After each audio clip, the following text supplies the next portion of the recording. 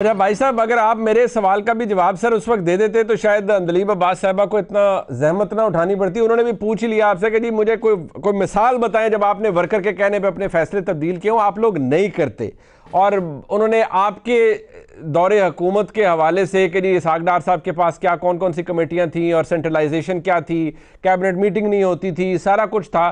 तो आप लोग तो ज़्यादा सिफारिशों पे और रेफरेंसेस पे या अपने पार्टी के अंदर या अपनी किचन कैबिनेट के अंदर बहुत सारी चीज़ें मियां नवाज शरीफ साहब बांटते रहे और करते रहे।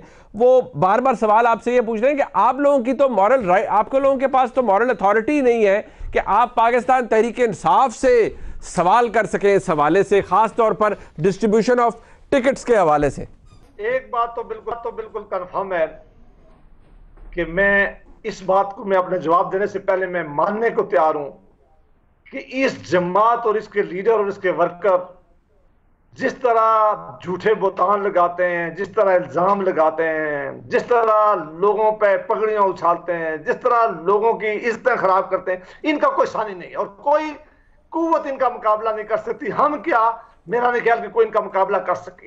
एक तो हम इस बात से तो मुझे बिल्कुल, मैं आपको शुरू में कहता, ये भी मैं नए साहबा फरमा रही थी, सबसे ज्यादा तारीख में लोटे इन्होंने अपनी जमात में इकट्ठे किए हुए। किसी एक जमात में मुझे बता दें इतने लोटे एक वक्त में। मैं ये सख्त बात करने का आदमी नहीं रहा, इन्होंने ये बात छेड़ दी और मुझे रिस्पॉन्ड करना पड़ा, वरना मेरे लिए खुद भी बड़ी तकलीफ दे इस बड़े इस लेवल पर जाने के लिए। मैं इल्जाम की सियासत में करता हूं तो ना मेरे लिए जायज है, मैं इल्जाम तराशी में पढ़ता हूं। मैं सिर्फ इशू पे बात करता हूं हमेशा आके।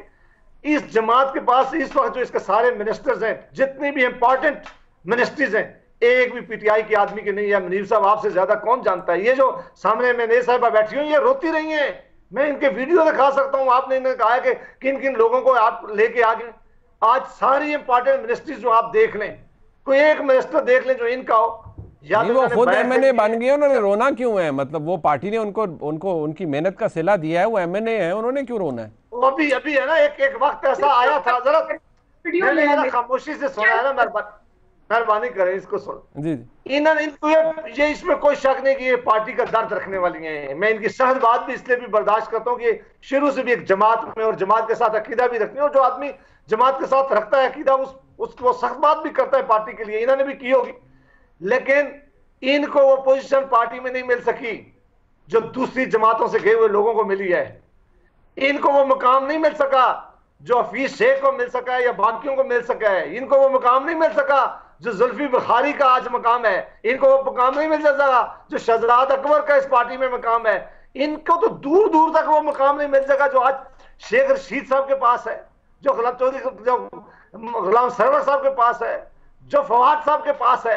वो मैं लिस्ट गिनाऊं तो मैं कहां कहां ना पहुंच सकूं। इनके वर्कर, इनके मैनेज जो आज इनको डर है, जो इनको वोट नहीं देंगे, किसी जमात के इतने एमपीए कभी नहीं बिके। खुद इमरान साहब कहते हैं कि मैंने अपनी जमात से 20 एमपीए निकाले कि मेरे 20 एमपीए ने पैसे लिए। ये तरबियत की जरूरत थी ना, कि जरूर होनी चाहिए थी।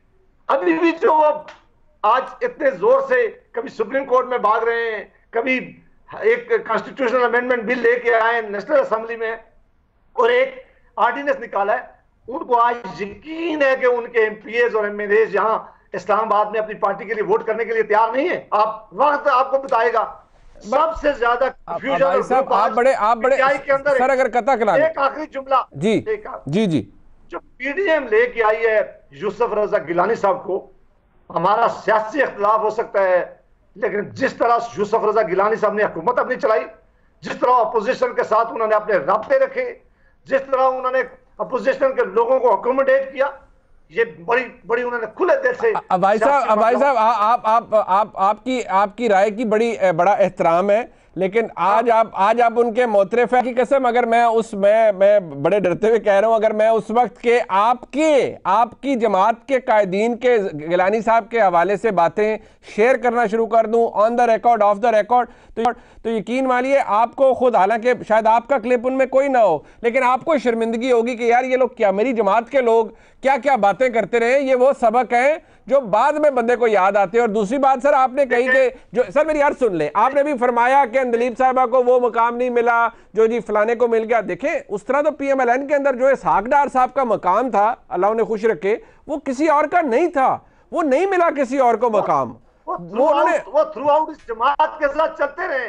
इसहाक डार साहब थ्रू आउट इस जमात के लीडर रहे। रिश्ता होना और तल्लुक होना और अलग बात है। जितना इकानमी में डिलीवर इसहाक डार ने किया है, जिस तरह इसहाक डार साहब ने इस मुल्क की डूबी हुई इकानमी को खड़ा किया था, जिस तरह उन्होंने इस मुल्क के माशी हालात ठीक किए थे, अगर इसहाक डार साहब की पॉलिसियों पर यह मुल्क चलता रहता, आज ये करीब दुनिया के तमाम ममालिक से आगे लेके जाता। उस वक्त की तमाम रेटिंग एजेंसीज को आप उठा के देख लें, कोई एक रेटिंग एजेंसी भी बताएं तो, कि जिस वक्त ठीक है, आप कह रहे हैं इमरान खान साहब के लिए परफॉर्मेंस अहम होगी ना सर, हफीज शेख साहब की। इसहाक डार साहब का तो मुकाबला इनके पूरी कैबिनेट में कोई आदमी नहीं है जो सर। वो बिल्कुल आपकी राय का एहतराम है, आप बिल्कुल ऐसा समझिए, आप बिल्कुल ऐसा समझिए, लेकिन अंदलीब साहिबा का जो राय है वो बिल्कुल मुख्तलिफ है। मेरे साथ शैलरा साहिबा है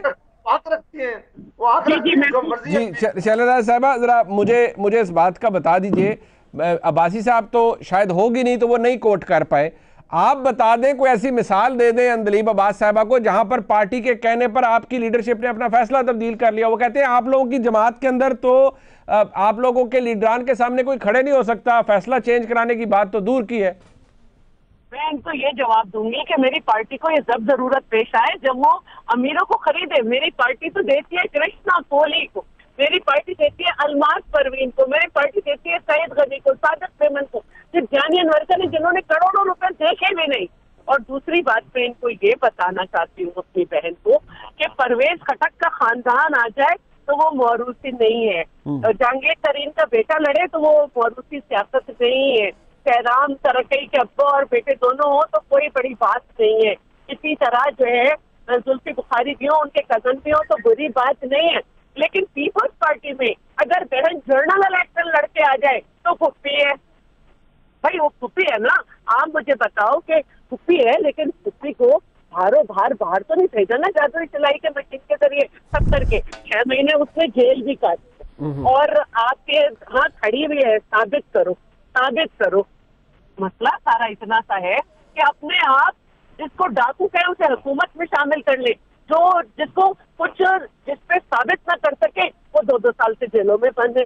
भाई आप बात करें सीधी कि आपके यहाँ मशावरत नहीं हुई, जो पैसे वाला आया उसको टिकट दे दिया, जब वर्कर्स को दिन में तारे दिखाए MP MNA ने सीधा बोल दिया कि हम नहीं करेंगे तो यू टर्न ले लिया और फिर कहा हम ही अच्छे।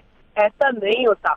और रही बात यूसुफ सदर की, वो आप जरा अपने हाथ के बंदे से पूछे फवाद चौधरी से, तो उनको गलत सजा